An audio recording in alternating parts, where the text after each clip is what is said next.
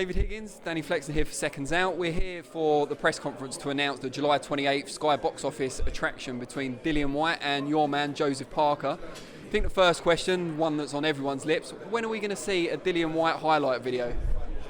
Oh, look, yeah, that's not a bad idea. Send me an invoice and we'll have a look into it. See, on a more serious note though, you came to this deal with Eddie Hearn for the fight very, very quickly. What were you considering for Joseph Parker before this became a possibility? We were in discussions with Brian Jennings' team and Alexander Yusinov and a few others. But there's an intuitive part, and it was just something in my gut didn't feel right about those opportunities. So last Friday, only a few days ago, I called Eddie saying, hey, are there any opportunities back in the UK? He said, not really, most of my guys are tied up. I said, what's going on with Dillian White? And he explained the difficulties. And then I said, if Parker fought White, wouldn't that be a big pay-per-view? He said, you know what, David, I think you're right, it would be pay-per-view. I said, well, if we're both stuck, why don't we try and make that fight? And he goes, you know, all right, let's give it a crack. I'll talk to Dillian, you talk to Parker. So we regrouped the next day and we made a deal and terms were done, the whole thing in about 48 hours' time. Most fighters in Parker's position traditionally have come back with kind of marking time fights, a couple of just get their name back out there, shed the rust, and then take a big fight 2 or 3 down the line. Why have you been happy for your fighter to go straight back into another big fight on away soil as well? Yeah, we don't like time wasting. Like Joseph wants a short, sharp career, as few punches to the head as possible. Out the whole way we put the foot on the accelerator. We didn't shy away from tough eliminators against Takam, title fight against Ruiz. We went straight for the unification as quickly as possible. And now Joseph, he's got that hunger. He wants to go straight for the unification again and then keep on trying until he does it. You know, Abraham Lincoln, I think, ran for US president 7 times, I think, before he won. So we want to earn a shot against Anthony Joshua. We want to knock out Dillian White, earn a shot back against Joshua, and this time put more pressure on Joshua, let our hands go. Hopefully the referee allows them to fight, and we think Joshua's beatable. We think we can knock him out. What do you think your man has learned from the Joshua fight that he can implement against Dillian White? I think Joe's movement was good against Joshua, and I think he feels he might have let his hands go a bit more in the latter rounds. But every boxer's different. Our trainer Kevin Barry will formulate a plan for Dillian White. And we talked about the Joshua fight.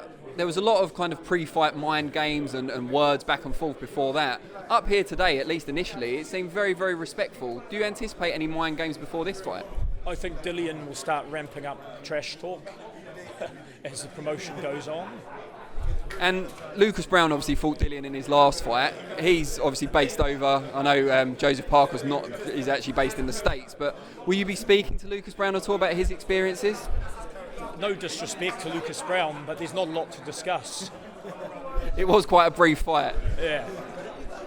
Okay, so what are the keys to Joseph Parker winning this fight in your view? What does he need to do to impress his game plan? I think that the Joseph Parker that fought Joshua, if he fights like that, a little more pressure, he'll outclass Dillian White and hopefully win by knockout, mid to late rounds. And what's Joseph Parker's path to another world title shot? Is it Joshua? Is it Wilder? Is it Joshua potentially splitting the titles? It doesn't matter. You fight a big name, you beat them, then you fight another big name, you beat them. As long as you keep winning, you're going to get to that title shot, whoever it is. We'd love to fight Joshua one day at Wembley if we can earn that right to do so. And last question, do you expect Joseph Parker to go back for a big homecoming fight after the Dillian White fight? Because it'll be 2 fights on the road at that point. He's a huge hero back home. I don't know.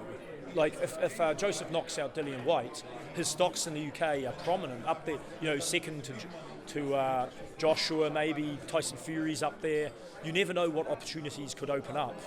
Maybe you guys should all move over here. Well, look, in boxing you can't plan too far ahead because it's changing all the time. And what do you think of the UK and the boxing market here? Because you seem to have taken to it like a duck to water. Well, I think that the sport's alive and well here, and I think Eddie Hearn can take a lot of credit. I know there's a lot of haters, but the reality is he actually does a good, solid job of building and promoting the sport and signing up boxers, creating opportunities. I think viewership is at an all-time high, and that's good for the sport. And it's interesting, he's going after the American market, and if he can do the same thing in the American market, he'll probably in another 20 years go down as the greatest promoter in history. What, just finally, I know I've said that already, but this really is the last question. What do you think of your own emergence as a cult hero of sorts over in the UK? I don't know what to make of it. I don't like being in the public eye, and I'm sort of shy, so you have to push yourself a bit to do this, but it's the job, and you get used to it like anything else. I'll probably get more and more relaxed as time goes on. Brilliant. David Higgins, we thank you.